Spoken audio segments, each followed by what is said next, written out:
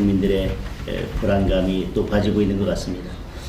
그 와중에 또 북중러의 위협 때문에 한반도의 긴장감이 고조되고 있어서 그런 점들에 대해서 대통령께서 세심하게 살펴주셨으면 하는 부탁의 말씀을 드립니다. 대외적인 여건이 이렇게 녹록치 않은데 또 국내 기업들의 기업 환경도 또 녹록치 않은 것 같습니다.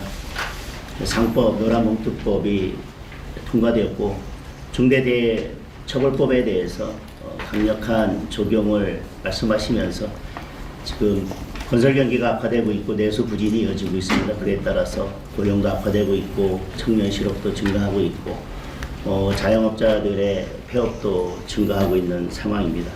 이런 악순환이 계속되고 있기 때문에 여러 여건들을 살피셔서 기업들이 숨쉬고 원활히 기업 활동할 수 있는 여건들을 만들어 주십사 하는 부탁의 말씀도 드리겠습니다. 이렇게 국내 여건이 녹록치 않고 기업들이 힘들어지면 저는 대통령께서 말씀하셨던 결국 코스피 5천도 허망한 부호가 될 수 있기 때문에 코스피 5천에 대한 국민들의 기대와 열망이 높고 결국은 경제가 바탕이 튼튼해야 주가도 받칠 수 있는 거기 때문에 두 가지가 잘 조화롭게 될 수 있도록 대통령께서 살펴주십사 하는 말씀을 드리겠습니다. 이번에 발표된 부동산 정책에 대해서도 수요자 욕구와는 거리가 먼 공급자 중심의 대책이 아닌가 하는 우려가 있습니다. 규제 중심이 아니라 민간 주도의 수요자 중심의 공급 정책이 될 수 있기를 바랍니다. 이번 부동산 정책을 이렇게 표현하는 국민들이 있더라고요. 소비자는 최신형 핸드폰을 갖고 싶은데 공중전화를 계속 늘리면 수요자의 수요와 맞지 않다. 그래서 그런 점들도 잘 살펴주십사 하는 말씀을 드립니다. 정부 조직 개편안에 대해서도 또 기대도 있지만 우려도 있습니다. 정부 조직 개편은 그 정부의 국정 철학이 고스란히 담긴 것 아니겠습니까? 그런데 정부 조직 개편이 특정 집단을 위한 조직 개편이 아니라 국민 전체를 위한 조직 개편이 되었으면 하는 바람을 말씀드리겠습니다. 취임 100일의 즈음에서 취임 100일을 평가하면서 국민들에게는 이런 우려도 있는 것 같습니다. 취임 100일 동안 대통령보다는 특검이 더 많이 보였다.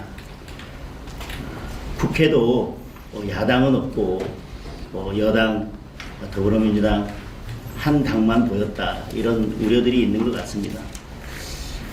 특검의 이런 수사 그리고 또 여당의 입법 강행 이런 것들이 계속된다면 앞서 말씀드렸던 그런 국민들의 불확실성이나 불안감은 또 두려움으로 바뀔 수도 있기 때문에 그런 국민들의 마음을 잘 관리해 주셨으면 하는 말씀을 드립니다.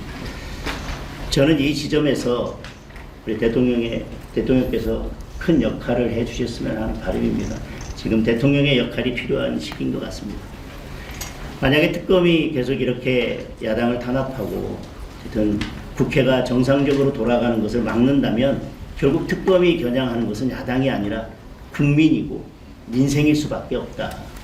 그래서 그런 점들에 대해서 잘 좀 살펴주셨으면 합니다. 그리고 우리는 특검을 바라보기를 과거에 대한 청산이라고 하지만 국제적으로는 이런 특검의 무리한 수사가 인권 유린이나 종교 탄압으로도 비춰질 수 있어서 우리 국격과 관련된 문제이고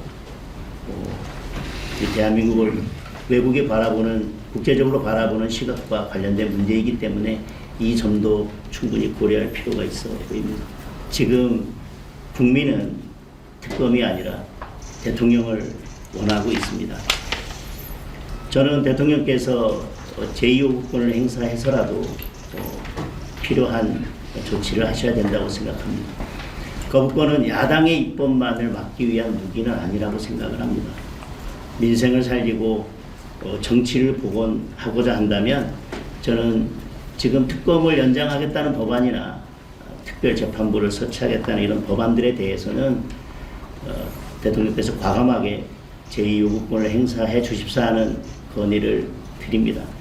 그렇지 않다면 지금 이런 여러 법안들, 특히 특검을 연장하거나 특별재판부를 설치하는 이런 법안들이 결국 대통령의 뜻과 같은 것이 아니겠나, 대통령의 뜻과 일치하는 것이 아니겠나라고 국민들께서는 오해하실 수도 있다고 생각합니다. 지금은 사법부가 권력 앞에서 스스로 누워서 자는 척을 하고 있지만 헌법 질서에 맞지 않는 이런 특별재판부 이런 것들이 강행이 된다면 저는 지금 자고 있는 사법부를 일으켜 세울 수도 있다는 우려를 합니다. 헨리 키신저가 정치적 대화는 갈등을 해결하는 열쇠라고 했습니다. 특정 진영이 아니라 국민 모두의 대통령이 되어 주십사 하는 부탁의 말씀을 드립니다. 상대를 죽여야 내가 사는 정치를 끝내는 대통령이 되어 주십사 하는 부탁의 말씀을 드립니다. 견제와 균형이 무너지면 민주주의는 사망합니다. 대통령이 지금 그런 균형추의 역할을 해주셔야 한다고 생각합니다. 대통령께서 정치를 복원하는데 중심적인 역할을 해주신다면 저희 야당도 비판할 것은 비판하되 민생을 위해서 머리를 맞대고 협조할 부분은 적극 협조해 나가도록 하겠습니다. 그래서 민생과 경제를 위해서 대통령께서 여야 대통령과 함께 모여서 머리를 맞댈 수 있는 정부와 여당과 야당이 함께 머리를 맞댈 수 있는 소통 창구를 만들어 주시고 그 소통 창구를 계속 열어 주십사 하는 부탁의 말씀을 드리겠습니다. 이렇게 여당과 야당이 대통령과 함께 소통하면서 민생을 다시 논할 수 있는 이런 자리를 만들어 주신 데 대해서 다시 한번 감사드리고 이게 끝이 아니라 출발이 돼서 이런 소통의 자리가 계속 이어지고 결국 성과로 이어지는 자리가 계속 될 수 있기를 기대한다는 말씀과 감사의 말씀을 마무리드리겠습니다. 세게 하실 줄 알았어요. 감사합니다. 네. 네, 이어서 더불어민주당 대표님 인사말